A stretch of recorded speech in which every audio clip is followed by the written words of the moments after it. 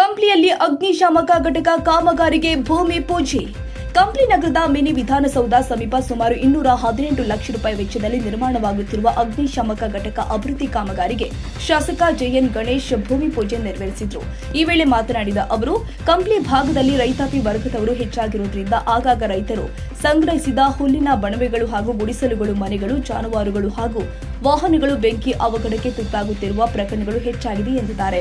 ಈಗ ಕಂಪ್ಲಿಯಲ್ಲಿ ಅಗ್ನಿಶಾಮಕ ಘಟಕ ನಿರ್ಮಾಣವಾಗ್ತಾ ಇರುವುದರಿಂದ ಬೆಂಕಿ ಅವಘಡ ಸಂಭವಿಸಿದ ಸಂದರ್ಭದಲ್ಲಿ ತಕ್ಷಣ ಸ್ಪಂದಿಸಲು ಸಾಧ್ಯವಾಗಲಿದ್ದು, ಸಮಯಕ್ಕೆ ಸರಿಯಾಗಿ ಜೀವ ಹಾಗೂ ಆಸ್ತಿ ನಷ್ಟ ತಪ್ಪಿಸಲು ಅನುಕೂಲವಾಗುತ್ತೆ ಎಂದಿದ್ದಾರೆ.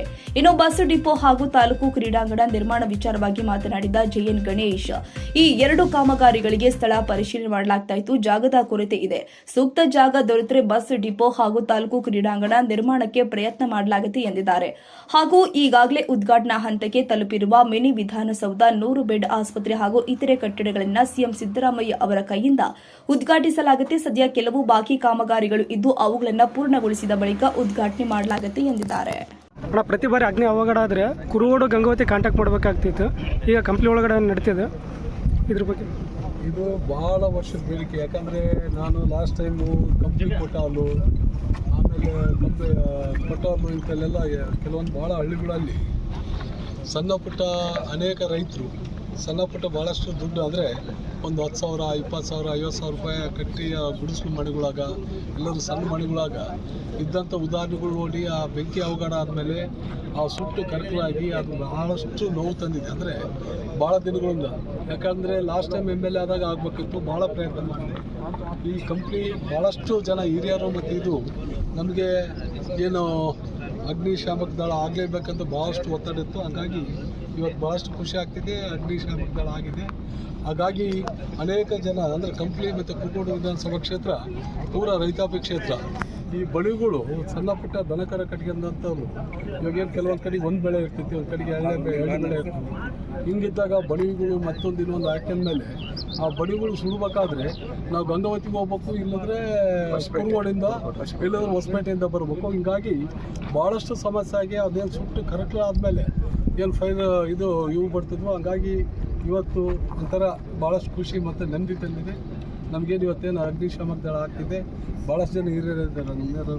ನಮ್ಮ MI ಸ್ವಾಮಿಯವರು ಭಾಳಷ್ಟು ದಿನದಿಂದ ನನಗೆ ಹೇಳ್ತಿದ್ರು, ರಾಜಾರಾವಣ್ಣ ಅವರು, ಅನೇಕ ಜನ ಹಿರಿಯರು ಇಲ್ಲಿ ಆಗಲೇಬೇಕಂತಂದು ಹೇಳ್ತಿದ್ರು. ಹಾಗಾಗಿ ಇವತ್ತು ಅನುಕೂಲ ಆಗಿದೆ. ಮುಂದೆ ಬರೋಂಥ ದಿನಗಳಲ್ಲಿ ಬಸ್ ಡಿಪೋಕ್ಕೆ ದುಡ್ಡಿದೆ, ಜಾಗ ಇಲ್ಲ. ಅದು ಒಂದು ಈ ಭಾಗದ ಭಾಳಷ್ಟು ಜನ ಬೇಡಿಕೆ ಇದೆ. ಸೂಕ್ತ ಜಾಗ ನೋಡ್ಕೊಂಡು ಅಲ್ಲಿ ಕೂಡ ಏನು ಬಸ್ ಡಿಪೋ ಮಾಡಲಿಕ್ಕೆ ಪ್ರಾಮಾಣಿಕವಾಗಿ ಪ್ರಯತ್ನ ಪಡ್ತೀವಿ. ಅದಾದಮೇಲೆ ಕಂಪ್ಲಿ ತಾಲೂಕು ಕ್ರೀಡಾಂಗಣ ಜಾಗದ ಕೊರತೆ. ಇವಾಗಲೇ ನಮಗೆ ಕುರುಗೋಡಿಗೆ 5 ಕೋಟಿ ರೂಪಾಯಿ ವೆಚ್ಚದಲ್ಲಿ ಜಾಗ ಇತ್ತು. 5 ಕೋಟಿ ರೂಪಾಯಿ ವೆಚ್ಚದಲ್ಲಿ ತಾಲೂಕು ಕ್ರೀಡಾಂಗಣ ಆಗಿದೆ. ಇನ್ನೂ ಅನುದಾನ ಕಡಿಮೆ ಬಿಟ್ಟರೆ ಅಲ್ಲಿ ಕೊಡಲಿಕ್ಕೆ ಕೂಡ ಪ್ರಾಮಾಣಿಕವಾಗಿ ಪ್ರಯತ್ನ ಮಾಡ್ತೀವಿ. ಹಾಗಾಗಿ ಇನ್ನೂ ಭಾಳಷ್ಟು ಹೊಸ ಇತಿಹಾಸಗಳಿದ್ದಾವೆ. ಏನು 100 bed hospital, mini Vidhana Soudha, taluk ಪಂಚಾಯತಿ, ಅದಾದಮೇಲೆ ಏನು ಅಗ್ನಿಶಾಮಕ ದಳ, ಅದಾದಮೇಲೆ ಕಂಪ್ನಿ ಸೇತುವೆ, ಇನ್ನು ಭಾಳಷ್ಟು ಅಂದರೆ ಸೋಮಪ್ಪ ಕೆರೆ ಅಭಿವೃದ್ಧಿ ಇರಲಿ, ಅದಾದಮೇಲೆ ಮತ್ತೆ ಇಂಡೋರ್ ಸ್ಟೇಡಿಯಂ ಇರಲಿ, ಆಮೇಲೆ ಅನೇಕ ಜನ ಮಕ್ಕಳಿಗೆ ಕಂಪ್ನಿಗೆ ಹಾಸ್ಟೆಲ್ಗಳು ಇರಲಿ, ಹೆಚ್ಚೆಚ್ಚು ಅಭಿವೃದ್ಧಿ ಹತ್ತ ಸಾಗ್ತಿದೆ. ಇವೆಲ್ಲಕ್ಕಿಂತ ಹೆಚ್ಚಾಗಿ ನಮಗೇನು ರಸ್ತೆಗಳಲ್ಲಿ ರಸ್ತೆ ಅಂತೂ ಆಲ್ಮೋಸ್ಟ್ ಒಂದು 90% ಕಂಪ್ಲೀಟ್ ಆಗೋಂಥ ವ್ಯವಸ್ಥೆಯಲ್ಲಿ ನಾವು ಇದ್ದೀವಿ.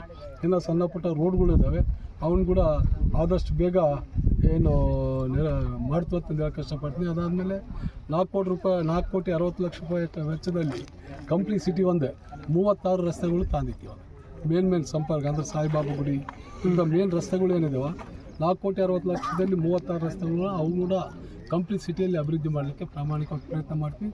ಅದಾದಮೇಲೆ ಇವಾಗ UGDಗೆ ಕೈ ಹಾಕಿದ್ವಿ ಎಲ್ಲಿ ಕಂಪ್ನಿಯಲ್ಲಿ 5 ಮತ್ತು 12ನೇ ವಾರ್ಡು ಜಾಯಿಂಟಾಗಿ ಅದು ಎಷ್ಟು 33 ಕೋಟಿ ಫಸ್ಟ್ನೇದು. ಹಂತವಾಗಿ ಸಂಪೂರ್ಣವಾಗಿ ಕಂಪ್ನಿ ಏನು ಇವತ್ತೇನೈತಲ್ಲ UGD ತರಲಿಕ್ಕೆ ಪ್ರಾಮಾಣಿಕವಾಗಿ 34 ಕೋಟಿ ಸ್ಯಾಂಕ್ಷನ್ ಆಗಿದೆ. ಈಗ ಮುಂದೆ ಬರೋಂಥ ದಿನಗಳಲ್ಲಿ ಸಂಪೂರ್ಣವಾಗಿ ಆ UGD ಕೆಲಸ ಮಾಡಲಿಕ್ಕೆ ಮಿನಿ ವಿಧಾನಸೌಧ ಉದ್ಘಾಟನೆ ಮುಂದೆ ತಾವೆಲ್ಲ ನೋಡಿದ್ವಿ. ಪೂರ ಗ್ರಾಸ್ ಬೆಳೆದು ಆ ಮಿನಿ ವಿಧಾನಸೌಧ ಅಂದರೆ ಮಾಡಿದ್ರೆ ಸಂಪೂರ್ಣವಾಗಿ ಮಾಡ್ಬೇಕಂತಂದು ಈಗಾಗಲೇ 3 ಕೋಟಿ ರೂಪಾಯಿ ವೆಚ್ಚದಲ್ಲಿ ನಾವು ಮುಂದೆ ಆ ಗ್ರಾಸ್ ಏನೈತಲ್ಲ ಆಪ್ ಅಂತಾರೆ, ಏನಂತಾರೆ ಗ್ರಾಸ್ ಆಪ್, ಅದನ್ನೆಲ್ಲ ಪೂರ ತೆಗೆದು ಪೂರ ಅದನ್ನೆಲ್ಲ CC ಮಾಡಿ ಒಂದು ಈ ಸತಿ ಅಂದರೆ ಇವಾಗ 100 ಬೆಡ್ ಹಾಸ್ಪಿಟಲ್ ಕೂಡ ಆಗಿದೆ. ಮೊನ್ನೆ ಮುಖ್ಯಮಂತ್ರಿಗಳು ಕರೆದು ಎಲ್ಲವನ್ನು ಒಂದೇ ಸತಿ ಉದ್ಘಾಟನೆ ಮಾಡಬೇಕಂತ ಪ್ರಯತ್ನ ಮಾಡ್ತೀವಿ.